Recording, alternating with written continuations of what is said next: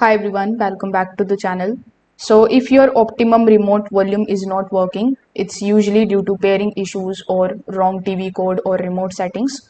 So in today's quick video, I'm going to show you exactly how you can fix it step by step. So the very first thing that you need to do here is to simply remove the batteries. So you need to simply remove the batteries with the new ones, because the weak batteries can cause the volume buttons to stop working even if other buttons are responding properly.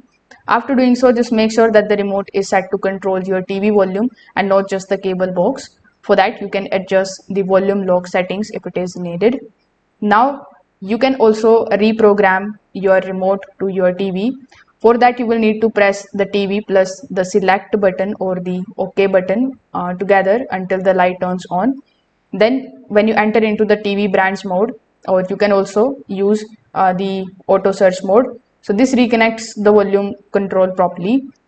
Now if none of the methods are working for you, you can just simply restart your TV and your Optimum box together, and then you just have to unplug both of them and wait for about 1 to 2 minutes, and then simply power them back on.